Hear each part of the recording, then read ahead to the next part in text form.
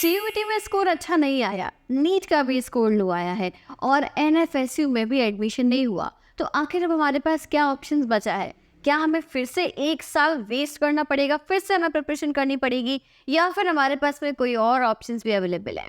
तो बच्चों, मैं आपको बताती हूँ कि आपको अपना एक और साल वेस्ट करने की ज़रूरत बिल्कुल भी नहीं है।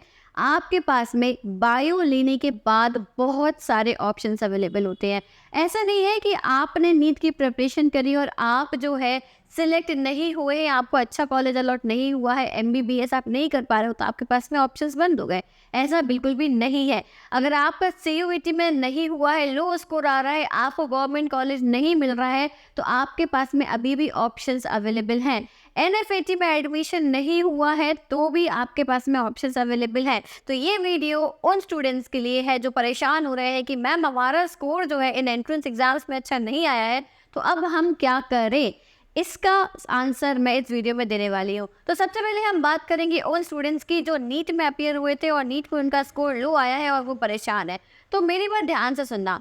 हमारे यहाँ पे 15% सिर्फ डॉक्टर्स हैं, बाकी के 85% जो है नर्सेस और हेल्थ केयर प्रोफेशनल्स हैं। मैं बात कर रही हूँ बेसिकली पैरामेडिकल कोर्सेज की, जहाँ पर आप जा सकते हो। तो ध्यान से सुनना पहले मेरी बात, क्यों हम ये हेल्थ केयर चूज करें। पहली बात तो आपको बेटर सैलरी मिलती है, job stability, pride and global opportunities मिलती है। करीब 1 लाख स्टूडेंट्स को फॉरेन जाने का मौका मिलता है। According to ministry of education, करीब 2 करोड़ बच्चे हर साल 12th पास करते हैं। उसके बाद में अपनी डिग्री करने जाते हैं, जिसमें से 90 लाख स्टूडेंट्स को जॉब मिलती है। उन 90 lakhs में भी केवल 10% ऐसे स्टूडेंट्स होते हैं जिन्हें स्किल्ड जॉब मिलती है after their graduation. So university provides you smart degrees. यहाँ पर A+ ग्रेडिंग वाले यूनिवर्सिटीज जैसे कि जैन यूनिवर्सिटी, मंगलायतन यूनिवर्सिटी और को जैन यूनिवर्सिटी रांची जैसी बेस्ट यूनिवर्सिटीज में आपको एडमिशन मिलता है। These courses are prepared by doctors and practitioners. Students don't pay for their education, they get paid by university. यहाँ पर आपको स्कॉलरशिप मिलती है आपके नीट के स्कोर के बेसिस पर, और आपके क्लास 12th के स्कोर के बेसिस पर भी आपको स्कॉलरशिप दी जाती है। University has tie-ups with top companies. इन सभी टॉप कंपनीज में इनके टाई-अप्स हैं, तो आपको प्लेसमेंट की टेंशन लेने की ज़रूरत बिल्कुल भी नहीं है।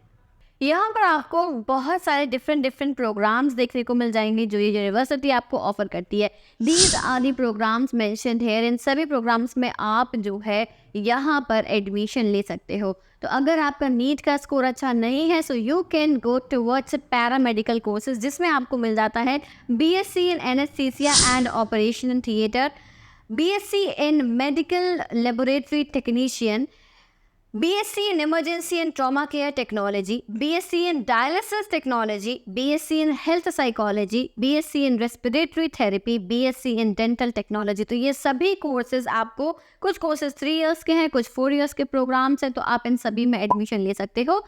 डिटेल्स आपको डिस्क्रिप्शन में दी हुई है, लिंक के थ्रू आप जाके इस यूनिवर्सिटी में रजिस्टर कर सकते हो। तो चलो, ये तो हो गई पैरामेडिकल कोर्सेज की बात। इसके अलावा क्या ऑप्शंस हैं? तो मैंने अभी तक जितनी भी काउंसलिंग करी है उनमें मैंने एक ही चीज़ कॉमन सुनी है सारे बच्चों की, जो भी नीट के लिए ड्रॉपर्स थे, नीट ड्रॉप आउट्स थे, वो सभी ये बोल रहे थे कि मैम हमारा सेकेंड ऑप्शन जो है वो फॉरेंसिक साइंस है, क्योंकि वो इंटरेस्टिंग है। तो नीट का स्कोर कम होने की वजह से हम उसकी तरफ जाने का सोच रहे हैं। Okay, so I will say अच्छी चॉइस है, you should have plan B. पर अगर आपने मान लो सीयूईटी नहीं दिया, एनएफएटी भी नहीं दिया, नीट के स्कोर के बेसिस पे आपको फॉरेंसिक साइंस में एडमिशन नहीं मिलता है, make this thing very clear in your mind.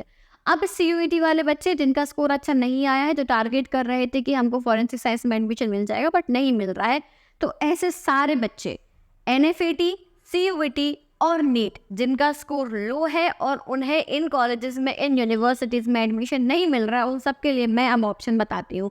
आपको ड्रॉप लेने की ज़रूरत बिल्कुल भी नहीं है, 1 साल और वेस्ट करने की ज़रूरत नहीं है।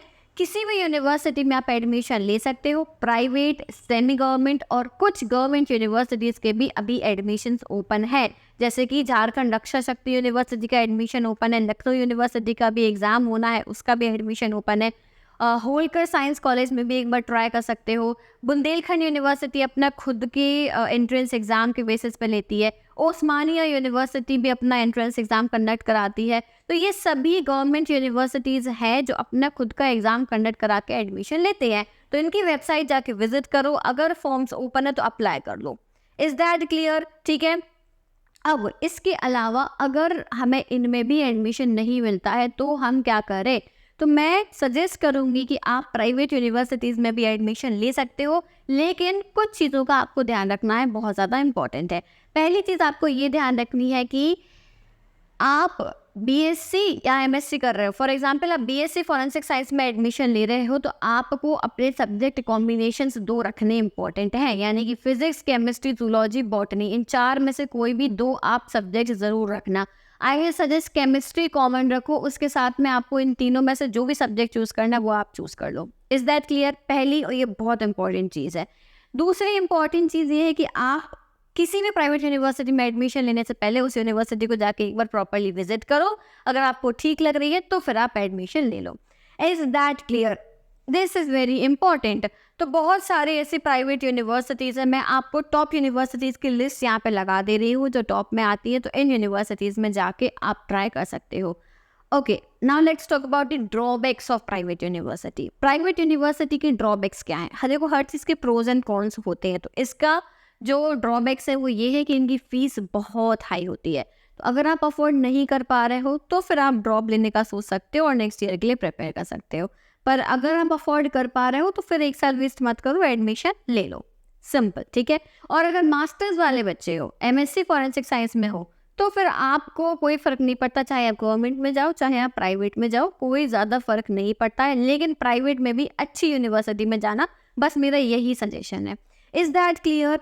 तो आपको ड्रॉप लेने की ज़रूरत नहीं है, आप एडमिशन ले लो, प्राइवेट में ले लो या फिर गवर्नमेंट में ले लो। और साथ साथ में अगर आप चाह रहे हो कि नहीं मुझे अभी भी सेटिस्फेक्शन नहीं है, तो साथ में प्रिपरेशन करते जाओ। नेक्स्ट ईयर फिर से अपीयर होना, अगर क्लियर हो जाता है तो स्विच कर लेना, रिपीट कर लेना 1 साल, पर वेस्ट मत करो 1 साल। समझ गए बात को? तो मेरा ये सजेशन है, 1 साल हमें वेस्ट नहीं करना है, हमें कहीं पर भी एडमिशन ले लेना है और हमें उसके साथ साथ अपनी प्रिपरेशन करते जाना है।